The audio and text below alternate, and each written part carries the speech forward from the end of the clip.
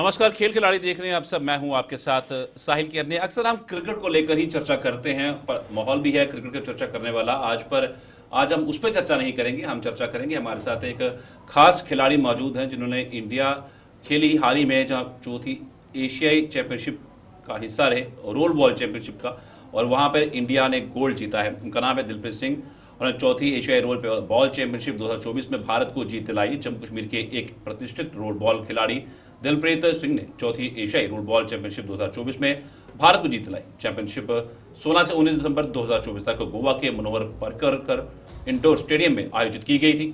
Iran के खिलाफ एक रोमांचक फाइनल मैच में दिलप्रीत ने 4 महत्वपूर्ण गोल करके असाधारण प्रतिभा का प्रदर्शन किया, जिससे भारत को निर्णायक जीत मिली।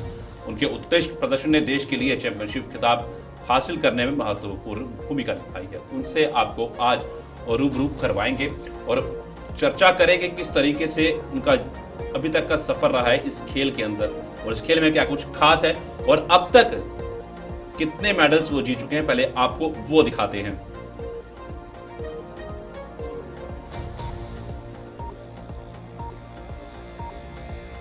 सत्रह साल के रोल बॉल खेल रहे 17 साल से खेल रहे रोल बॉल देव सब जूनियर नेशनल 2009 में पहला रजत पदक,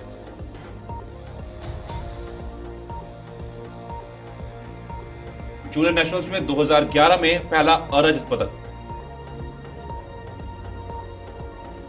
पहला SGFI अंडर 19 गोल्ड 2015 कठुआ में, प्रथम सीनियर नेशनल सिल्वर 2017 में,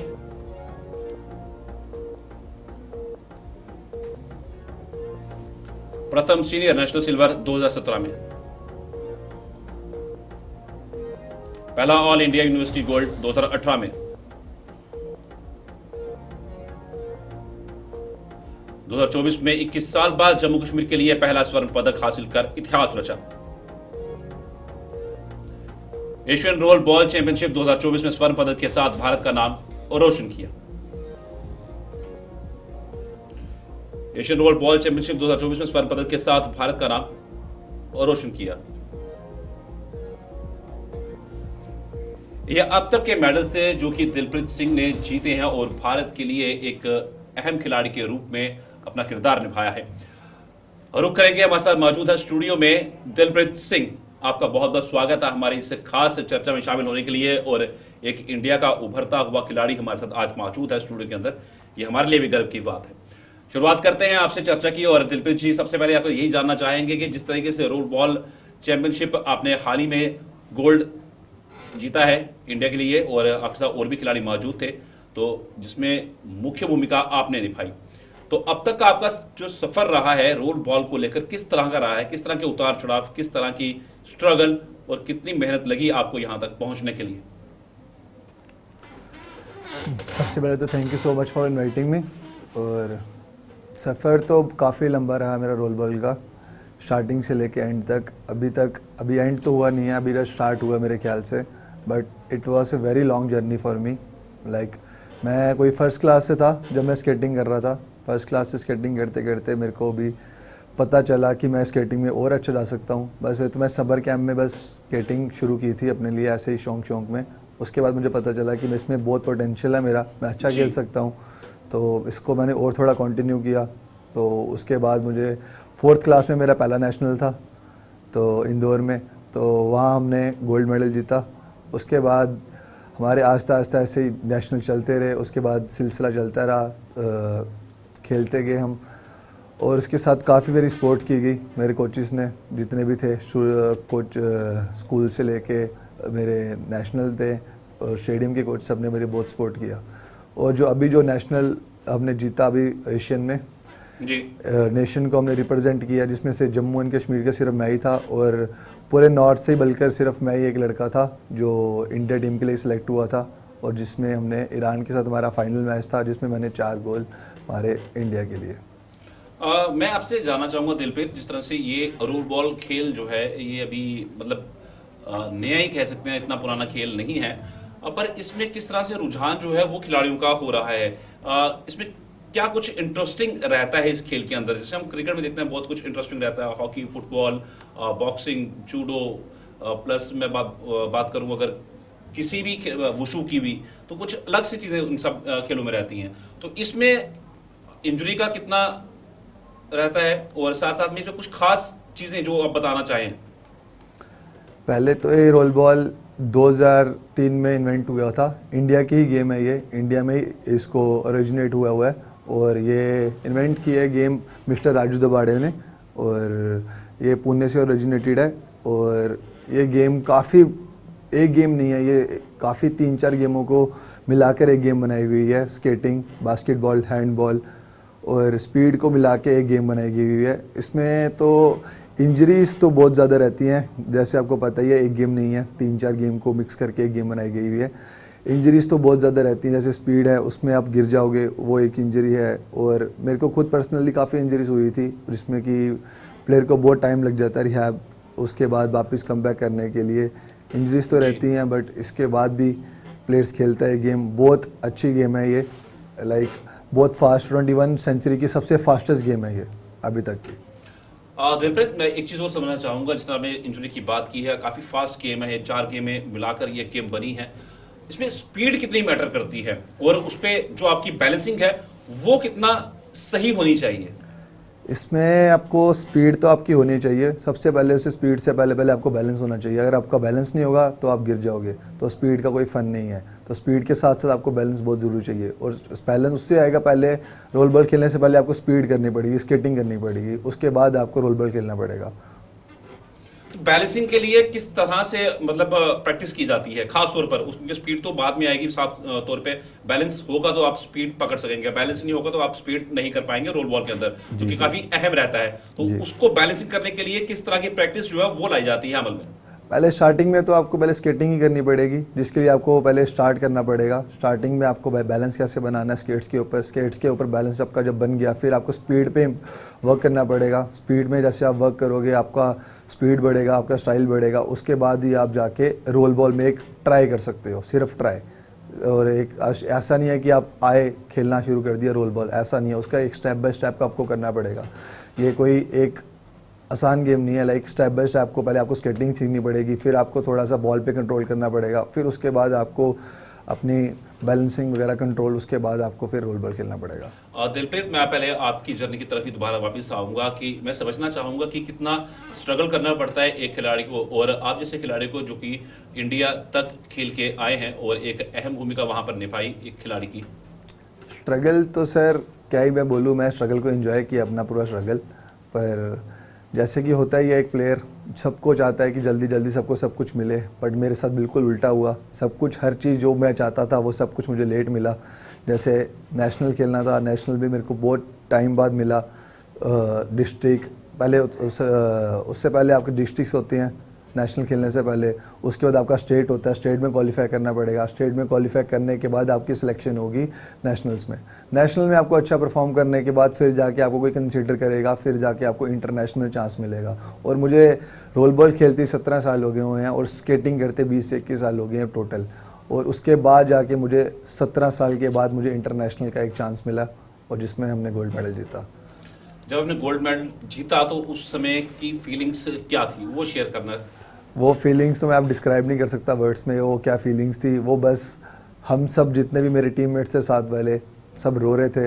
एक वो हैप्पी, एक जॉय के आंसू थे हमारे सब में, बहुत ज़्यादा हम रो रहे थे, बहुत ज़्यादा खुश थे। अपने नेशन को अपने पहले रिप्रेजेंट किया, और वो इंडिया का जो ब्लेज़र डालने की जो वो अलग ही खुशी है। वो बस एक एथलीट ही समझ सकता है कि वो एक ब्लेज़र कैसे आपको मिलता है, कैसे खून पसीना एक करके उसके बाद आपको ये ब्लेज़र मिलता है। उसके बाद इंडिया को रिप्रेजेंट करना, वो तो सबसे बड़ी बेस्ट वो हो सकता है। वो जब इंडिया टीम के लिए आपकी सिलेक्शन हुई, उस टाइम आपके जहन में क्या आया था? उस टाइम तो पहले तो जब हम ट्रायल्स उसके पहले हमारे ट्रायल्स हुए थे एक बारी कर्नाटका में। तो एक ट्रायल्स हो जाते हैं जिसमें से सारे अपने जितने भी ओपन ट्रायल्स होते हैं, आप सारे प्लेयर्स जितने भी है नेशनल के, स्टेट के आ सकते हैं, उधर आके आप ट्रायल दे सकते हैं। ट्रायल्स में आपकी सिलेक्शन होती है, सिलेक्शन के बाद एक लिस्ट आउट होती है। लिस्ट आउट होने के बाद आपका उसमें नाम होना चाहिए, अगर आपका नाम नहीं है तो आप नहीं क्वालिफाई कर सकते। उसके लिए हमारी काफ़ी 50 से 60 प्लेयर आए थे ट्रायल्स देने के लिए, जिसमें से सिर्फ 12 ही चुने जाते हैं। तो आप समझ सकते हैं वो क्या फीलिंग रही होगी मेरे लिए। जब एक बारी नाम आने के बाद वो खुशी। बिल्कुल, इंडिया में जब नाम आ जाए तो लिस्ट के अंदर तो बहुत ही अलग ही फीलिंग्स रहती हैं। वो तो आपने जिस तरह कहा ओपन ट्रायल्स का जिक्र किया, तो ओपन ट्रायल्स के लिए कितने खिलाड़ी जो है वो पहुंचते हैं वहां पर ट्रायल्स के लिए? जो एलिजिबल प्लेयर्स थे वो सिर्फ 50 से 60 थे जिसने फॉर्म भरा हुआ था, और ऐसे जो थे मतलब कि 100+ प्लेयर आए हुए थे उधर सिर्फ ट्रायल्स देखने के लिए और ट्रायल्स को देने के लिए। तो 60 प्लेयर्स में से कितने प्लेयर्स की सिलेक्शन होती है? 60 में से टोटल होती है 15 प्लेयर्स की, जिसमें 12 जो होते हैं मेन प्लेयर्स होते हैं, प्लेइंग में होते हैं, और 3 स्टैंड बाय में होते हैं। अगर इन चांस मतलब कि हमारे उससे पहले बाद में कैंप लगता है, कैंप में अगर किसी की इंजरी ना हो जाए, कोई बैक ऑफ कर दे, कुछ ना कुछ कोई हादसा ना हो जाए, तो एक स्टैंड बाय को चांस मिलता है। मतलब फाइनल टीम के लिए 12 खिलाड़ियों का चयन किया जाता है जी। और जब प्लेइंग की बारी आती है तो उसमें 6 खिलाड़ी जो हैं वो खेलते हैं, तो उनको चेंज किस तरीके से किया जाता है? कि इंजरी पे ही किया जाता है या कोई और कारण भी रहते हैं? इंजरी पे नहीं किया जाता। जैसे कोई आपको 6 प्लेयर खेल रहे हैं टीम के, नेक्स्ट टीम के हिसाब से कि कैसे आपको करना है, नेक्स्ट टीम कैसे परफॉर्म कर रही है उस हिसाब से करना पड़ेगा। जैसे किसी प्लेयर को एक्सचेंज करना है, जैसे कि वो थक गया है या फिर कुछ उसको इंजरी हो गई है या फिर उसके व्हील्स वगैरह कुछ कोई टेक्निकल प्रॉब्लम आ जाती है, तो उस हिसाब से चेंज करते हैं। जैसे एज़ पर कोच के जैसे होता है कि भाई ये इसका नेक्स्ट प्लेयर को चांस दिया जाए, वो अच्छा खेलेगा, वो इस मैच में थोड़ा अलग परफॉर्म कर पाएगा, तो उस हिसाब से एक चांस दिया जाता है। तो जिस तरह जब ये गेम खेली जाती है तो उसमें भी कुछ फॉरवर्ड, गोलकीपर और उसके बाद साफ तौर पर अब प्लेयरों के मतलब अलग अलग पोजीशन जो है वो दी जाती हैं। जी जी जी, ऐसे 12 प्लेयर होते हैं जिसमें से 2 गोलकीपर्स होते हैं, बाकी 10 प्लेयर होते हैं जो नॉर्मल अटैक करते हैं, डिफेंस करते हैं। जिसमें से लगा लो आप एक जब अंदर खेलते हैं 6 में, तो एक गोलकीपर होता है, 3 से 4 अटैकर हो सकते हैं, और एक डिफेंडर होता है जिसमें जो डिफेंडर होता है वो मल्टीटास्क भी कर सकता है, लाइक अटैक भी कर सकता है, फॉरवर्ड भी खेल सकता है। सबकी अपनी अपनी पोजीशन होती है, कोई अटैकर होता है, कोई डिफेंस होता है, कोई बॉल प्ले गेम प्ले करवाता है, तो सिर्फ बॉल फीडिंग करता है। तो ऐसे करके पूरी टीम एक तैयार होती है। दिलप्रीत, रोल बॉल के अंदर सबसे अहम भूमिका कौन निभाता है? कौन सा खिलाड़ी जो होता है वो काफ़ी इंपॉर्टेंट होता है? अहम भूमिका तो मैं कहूँगा सभी खिलाते हैं जो खेल रहा है अंदर, बट मेन एक जो होता है, जो एक फीडर होता है मेरे हिसाब से, जो सबको फीड करना चाहता है, जिसको पता होता है कि जो किसको कैसे पास खिलाना है, किसको कैसे खिलाना है, किसको कैसे अटैक करवाना है, किसको कैसे डिफेंस सेट कराना है, किसको कैसे अटैक बनाना है, तो उसका एक थोड़ा सा मेन रोल थोड़ा ज़्यादा होता है। बाकी मेरे हिसाब से तो सबके डिफेंडर का भी सेम रोल होता है, गोलकीपर का सबसे मेन रोल होता है, और अटैकर का सबसे मेन होता है, सबके मेन होते हैं। चलिए वापस आपकी जर्नी की तरफ आते हैं। दिलप्रीत, आपके इस पूरी जर्नी के अंदर आप किन किन राज्यों में गए हैं खेलने के लिए? इंटरनेशनल आपने कितनी खेली हैं? कितना फ़र्क जो आपको नजर आया बाहरी राज्यों में जाकर बाहरी खिलाड़ियों के साथ खेलकर और जम्मू में खेलते हुए, और साथ में इंटरनेशनल जब आपने खेली तो उस वक्त आपको कितना फ़र्क नजर आया भारत का और इंटरनेशनल का? मैंने तो नेशनल्स लगा लो बहुत ज़्यादा खेली हैं, 20 से 25 नेशनल्स खेल दिया हूँ अभी तक मैं, अंडर 17 से लेके 14, 19, 17 सीनियर। अब मैं सीनियर कैटेगरी में खेलता हूँ। तो मेरा पहला नेशनल था इंदौर में, उसके बाद उत्तर प्रदेश में हुआ मथुरा में, उसके बाद कर्नाटका में हुए हैं, बेलगाम में हुए हैं, उसके बाद हमारे काफ़ी पुणे में हुए हैं काफ़ी नेशनल्स, जिसमें से हमने टीम ने जीते भी हैं, कुछ हमने सीखे भी हैं जिसमें मेडल नहीं आया, और जम्मू में भी हुए हैं हमारे नेशनल्स। तो और इंटरनेशनल तो मेरा ये फर्स्ट ही था, और उससे पहले मेरा वर्ल्ड कप में नाम आया था। वर्ल्ड कप में सेकंड लिस्ट तक मेरा नाम था, और फाइनल लिस्ट में मेरा नाम नहीं आया था, कुछ मेरी इंजरीज़ के लिए वजह से, और कुछ मेरे टेक्निकली प्रॉब्लम हो गई थी, तो उस वजह से मेरा नाम नहीं आ पाया। तो अभी तो मेरा एशियन में नाम आया, और एशियन हम खेल के आए जिसमें बहुत जीते, हम गोल्ड मेडल जीते जी। दिलप्रीत, ये बताइएगा ये जो रोल बॉल है ये कितने देश आज के दौर में खेल रहे हैं? इसमें पूरा वर्ल्ड अभी रिप्रेजेंट, अभी लास्ट ईयर वर्ल्ड कप हुआ था 2023 में, तो उसमें कम से कम भी 40 से 45 कंट्रीज आई थी, जिसमें से कीनिया जीती थी वर्ल्ड कप, और इंडिया ने सिक्योर किया था सेकंड रैंक। और ऐसे ही करके मतलब कि बहुत ज़्यादा एशियन कंट्रीज़ भी आती हैं, इंग्लिश कंट्री भी आती हैं, यूरोपियन कंट्रीज़ भी आती हैं। तो ये गेम फैलते ही जा रहा है। जैसे कि इंडिया का ये गेम है 21st सेंचुरी का फास्टेस्ट गेम है, तो इसको काफ़ी कंट्रीज अडाप्ट कर रही हैं। न्यू कंट्री एवरी ईयर हम जाते हैं वर्ल्ड कप या एशियंस के लिए नेक्स्ट ईयर। हर दिन हमें हर टाइम हमें कोई अलग कंट्री दिखती है जो पार्टिसिपेट करती है, हमें बहुत खुशी होती है। दिलप्रीत, इस गेम के लिए आपको सबसे ज़्यादा जो है वो किसने सपोर्ट किया है? सबसे ज़्यादा स्पोर्ट्स तो मेरे पेरेंट्स ने किया है, उसके बाद मेरे कोचिस जो थे मधु खजूरिया, उन्होंने काफ़ी सपोर्ट किया, और जो मेरे सीनियर थे जिन्होंने मेरे को बचपन से लेके आज तक काफ़ी कांस्टेंट सपोर्ट की है, लाइक कैसे से कैसे क्या करना है खेलने में, स्पीड में, रोल बॉल के हैंडलिंग वगैरह सारा कुछ, काफ़ी ज़्यादा सीनियर्स ने मेरे सपोर्ट किया है, और उनको देख देख के हम सीखे हैं, तो उनका काफ़ी ज़्यादा सपोर्ट रहा है, और फैमिली में भी बहुत ज़्यादा सपोर्ट रहा है, लाइक अनकंडीशनल सपोर्ट, और ऐसा तो नहीं है कि किसी ने सपोर्ट नहीं किया, कोचेस ने भी बहुत ज़्यादा सपोर्ट किया, मैनेजर्स वगैरह सब ने सपोर्ट किया। जिस तरह से आपने यूकेजी से स्केटिंग जो है वो करना शुरू कर दिया था, तो पढ़ाई और स्केटिंग और रोल बॉल ये किस तरह से मैनेज हो पाया? काफ़ी मुश्किल हो जाता है, एक चुनौती होती है हमेशा एक खिलाड़ी को। हाँ, वो तो काफ़ी मुश्किल हो गई थी, बट खेलना ऐसे ही शुरू किया था। मेरे फादर ही मेरे को फर्स्ट टाइम लेके गए थे उधर स्केटिंग रिंग में, उन्होंने पहली बार स्केट करवाया, तो और उन्होंने तो बस ऐसे ही एक मतलब कि जून जुलाई की थोड़ी हॉलीडेज़ थी, तो उन्होंने सोचा कि बच्चा कहीं ज़्यादा शरारतें वगैरह ना करे, बस इनको टाइम पास के लिए इसको कर देते हैं। वो टाइम पास कब मेरा पैशन बन गया, कब मेरा वो करियर बन गया, मुझे खुद नहीं समझ आया, और पूरा एक मेन मेरे लिए एक एवरीथिंग 24 घंटे में, मतलब 24 घंटे के 24 घंटे में इसी गेम के बारे में सोचता हूँ, और बहुत ज़्यादा खुशी है मुझे। अच्छा, रोल बॉल चैंपियनशिप खेलते खेलते खेलते खेलते खेलते कौन सा ऐसा मोमेंट है जो आप कभी भूल नहीं पाए हैं, जो आपके जहन में हर वक्त रहता ही है? एक तो अभी हम जो रिसेंटली हम एशियन में जो हम गोल्ड मेडल जीते, उससे पहले हमारा जो मैच था, लीग मैच था ईरान के साथ, वो हमारा इक्वलाइज़र गया था, 6-6 स्कोर था हमारा, तो हम काफ़ी टेंस सिचुएशन थी हमारे लिए कि लाइक बहुत हमारा लीग मैच इनके साथ मतलब कि टफ़ टू टफ़ फाइट हो गई है, तो हम कैसे फाइनल में उनके साथ डील करेंगे, क्योंकि हमें पता चल चुका था कि यही हमें बीट कर सकती है टीम और वही फाइनल में आएगी, और वही फाइनल में हुआ। बट उसके हिसाब से हमने फिर प्लान किया, स्ट्रेटजीज बनाई, सारा कुछ किया, तो फिर हमने उनको ऐसा मतलब डोमिनेट किया कि हमारा स्कोर था 11-4 उनके साथ। एक वो बहुत मेरे लिए इम्पोर्टेंट मतलब वो मोमेंट था कि लाइक ये जीतना ही है नेशन के लिए, अपने लिए, पेरेंट्स के लिए, और अपने स्टेट के लिए, और इंडिया के लिए पूरे।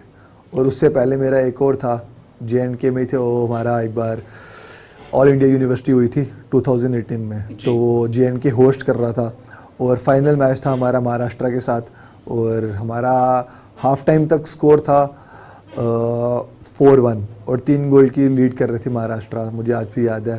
तो उसके बाद हमने मतलब कि मैं उसमें खेल नहीं रहा था, मुझे मतलब कि बेंच में बिठाया गया था, और उस सर ने मेरा एक डिसीज़न लिया कि हाँ इसको डाला जाए। वो डालने के बाद सर ने हाफ टाइम के बाद उसका हमारा स्कोर था 9-4, और जिसमें से मैंने 5 गोल किए थे रो में, तो वो मेरे लिए one of the best moment है कि वो मैं कभी भूल नहीं सकता। मज़ा आता है ना, जब ये चीज़ें याद आती हैं कि वो पुराने टाइम पे मैंने ऐसे किया, वैसे किया, वो गोल ऐसे किया था, मैंने अपनी टीम को एक सही जगह पर लाकर छोड़ा और मैच जितवाया।